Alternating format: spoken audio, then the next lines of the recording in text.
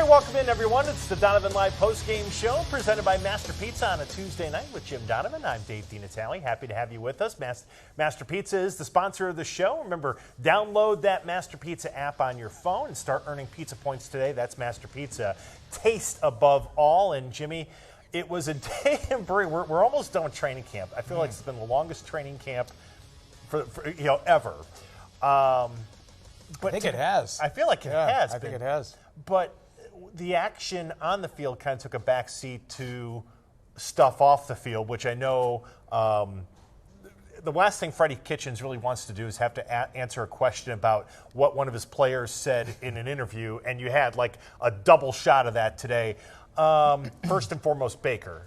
Your thoughts on kind of what was reported that he said in GQ to what he says he said to GQ. It's like two different things about the Giant rookie quarterback, Daniel Jones. Well, I mean, it's reported that he said that he couldn't believe that the Giants drafted Daniel Jones, and they did draft him 6th overall. And that the second part of the quote was that, people don't put enough emphasis on winning. Right. And guys that won, indicating, I guess, if you read into it, that he didn't win a lot at Duke, or they didn't win big at Duke, or they weren't the kind of program. I mean, Duke's program is better now, and David Cutcliffe has done a great job down there. He's done an amazing job down there at Duke, and really made them a very, very strong program that's sent out some good players, and Daniel Jones is one of them. When that went viral after he said that, and apparently he said it after the draft, he was sitting there and there was some video. He's sitting with the writer, apparently, that wrote the story. And, he just looked up at a TV screen. There was a shot of Daniel Jones, and he went, hey, I can't believe the Giants drafted him at number 6. When it went viral, and it went viral, when it came out today, and certainly in New York, they reacted to it because it looked like he was taking a shot at Daniel Jones. And he came out and he said, well, that's not really what I said. He said this on Instagram. The writer has stood by, what Baker said. The writer went on Cleveland Browns Daily, I believe, and said, hey, listen, I stand by what I said. Baker went on in his Instagram retort about it, saying that it was more, I really didn't say that. He felt that there are reporters in the media that go for a click and bait story, or a bait and click story, however you do it. I'm not into that. So clickbait, yes, as you exactly. well know. Bait and switch. And anyway, it's the bottom line is, this is Baker Mayfield. This is what he does. This is how he has gone in every stage of his career, and all the various stops, and there have been a few stops. This is what he does. I mean, he talks, he says it. This is what's going to happen. So I understand, Freddie is going to stand up for him, and he definitely did. And Freddie, Freddie's got quite a cast of characters here. We haven't had an OBJ type of situation yet. We haven't had what has happened, those emotional outbursts on the sideline, because he really hasn't played at all during the preseason. But those outbursts that we've seen with the Giants, I mean, those might come, during a season. He's a very, very emotional player. Jarvis Landry can be emotional. Yeah. Not everybody is Nick Chubb that goes just like this. So, and Mayfield is very emotional.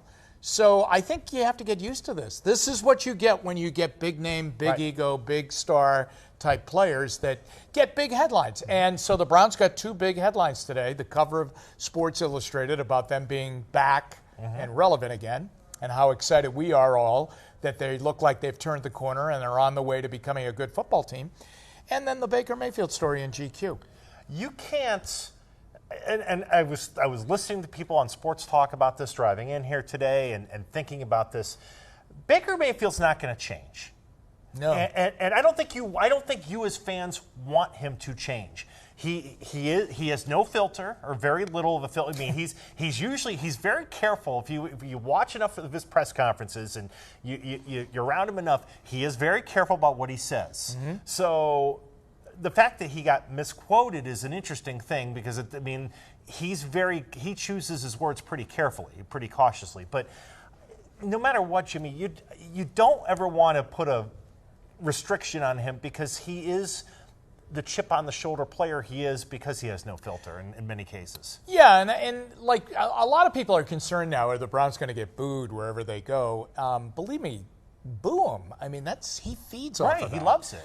He likes that. I mean, that's the way he plays. That's why he is where he is now, and how he got to be the #1 overall choice, and how he ended up being here. He's the guy that came out in the combine and said, "There's no better person that can elevate and turn that franchise around than me." And so far, he's been right about that. I mean, they've made an amazing turn. He's the engine that made it turn. There's no doubt about it, because of the position and the importance of that position at quarterback. So this is the quarterback of the Cleveland Browns. Yep. There have been a lot that have been meek and mild and bad. This guy is not meek. He is not mild, and he is outspoken, and he wears his heart out on his sleeve, on the field and off the field. This is our guy. Right. This is our guy. This is the new better atmosphere. Or worse, baby. This is the new atmosphere that the Browns live in.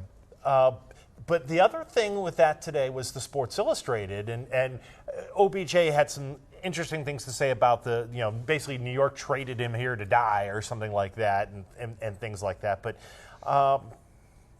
it's another, I think, endorsement of the fact that you should, if you're a Browns fan going into this year, you should feel good about this football team, because, top to bottom, people expect them to play well. I mean, the talent is here. I mean, it's arrived. Oh, it definitely has arrived. I think the tough part for people is that they haven't seen it physically, because you haven't seen it. They haven't been out there together. When it is put together, when you get to see it, it is wow. I mean, they are really explosive. I mean, offensively. Defensively, the same way. They're a very, very good football team. But, I mean, people love offense, and they love points, and they love touchdowns, and they love highlights. And these guys will give it to you. And the hard part for everybody is you haven't seen it yet, because they physically haven't been out on the field together, but they have been out on the field together. You just haven't seen it. Right. And they don't want you to see it until the opening game of the season. But no, and the thing about Beckham is, and Freddie had a very good comment about that today, is that he said all he wanted from OBJ was that when he arrived in Berea that he was ready to go, that he was all in. And so far he's been all in. And there's been no doubt about that. He is all in. The fact that he's not playing in preseason games, believe me, is a good thing. Yeah. It's a good thing. Yeah. If he went out and got hurt on Friday night, or if he got hurt last Saturday Which has against happened, Indiana, as you pointed out, has happened in his happened career. here. It happened here in Cleveland when he was with the Giants. I mean, you'd be lambasting the coach for doing that. So, they're being cautious. They're ready. Jarvis Landry told me today in a one-on-one interview, believe me, this is going to be something to see. And I take him at his word. Yeah. A couple of questions or a couple of thoughts here on Facebook Live here, and then I want to get to the Indians. Joey says, I'm on the fence with us being on SI. It usually ends poorly for us. Listen, the SI jinx, I get it. Because it's not just the Indians. It's I remember the Browns. Bernie was on the cover, I think, in '88. Bernie was on the cover and ended up getting hurt in week 1 against Kansas City, and ended up having an injury-plagued year, although they still went into the playoffs. I always choose the glass half full on this. I'd rather have people talking about the Browns because we're relevant, as opposed to not talking about us because the Browns aren't relevant.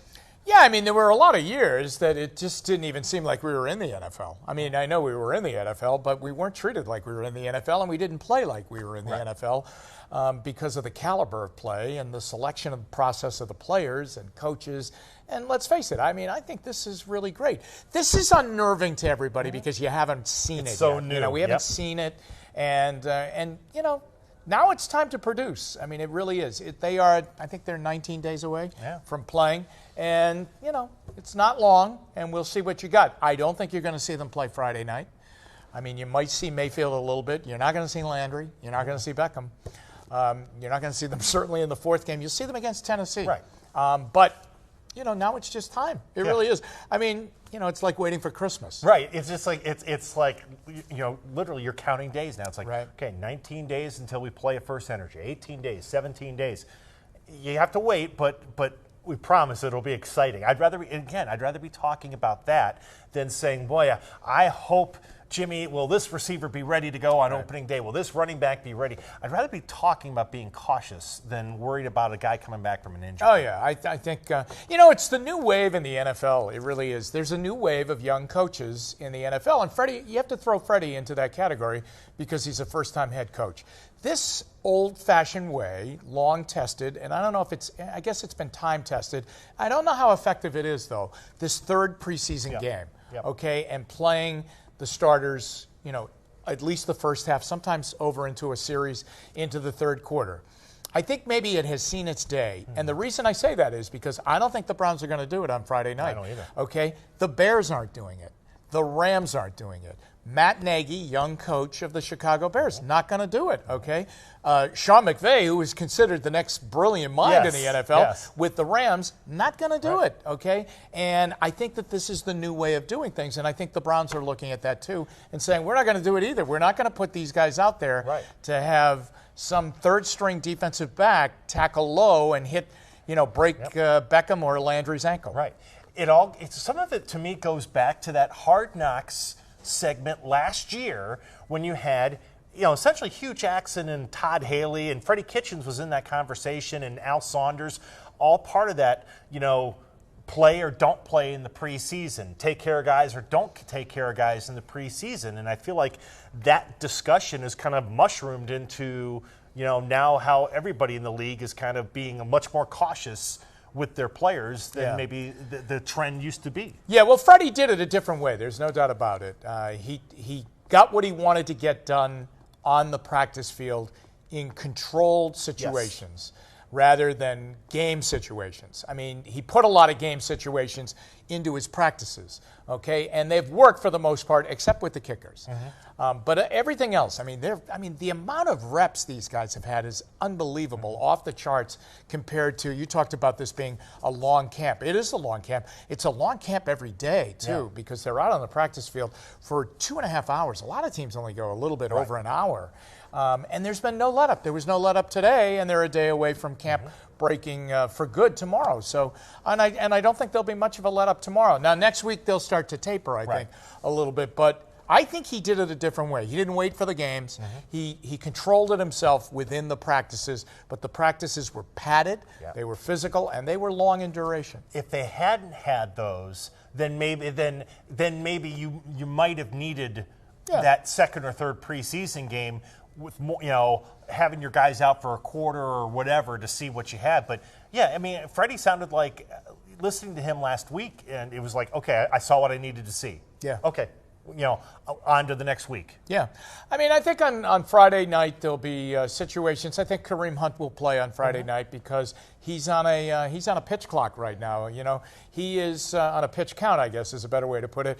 He can only play until the fourth preseason game, and then he gets the 8 weeks off because of the suspension. A guy like Damian Ratley will probably play a lot on Friday because he's kind of in the mix at the Brown. They like him. They really do. He's a big, tall receiver who was going well, but he came down with an injury right at the beginning of training camp, and he hasn't played. Now, he played a little bit last week, but I think he'll play a lot more.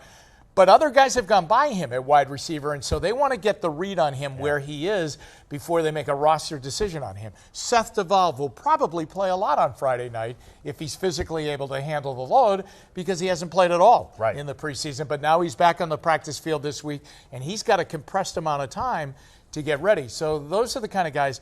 You'll probably see the kid Drew Forbes, 79, the rookie out of Southeast Missouri State. He'll probably play a lot on Friday night because they want to see what they have there. Is he enough that can they count on him as a seventh-round draft choice? Can they count on him to be able to play tackle, guard, left and right? Be that swing guy that they always talk about. I don't think they've identified yet. Yeah. So. Last Browns question from north of Ohio and Michigan, Joe Alicio.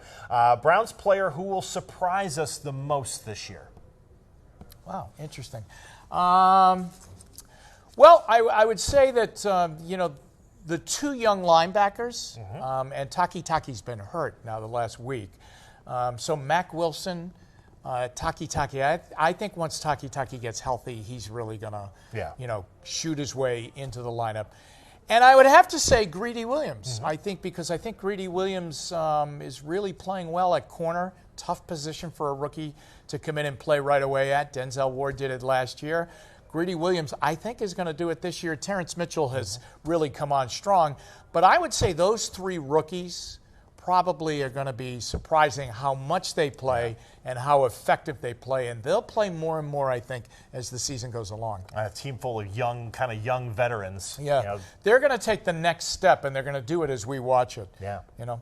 That'll be fun. All right, now the last thing, bad news today for Corey Kluber is as the Indians were really hoping to have him ready to go around now, this time or late, a little bit later on in the month of August, and then have him pitch in September and be a part of the rotation into the playoffs. And now with a strained oblique, if he even comes back in 2019, I'd be surprised. Yeah. But that's a tough blow for a team that I don't think they would have traded Trevor Bauer if they had thought that Kluber wouldn't be back this year.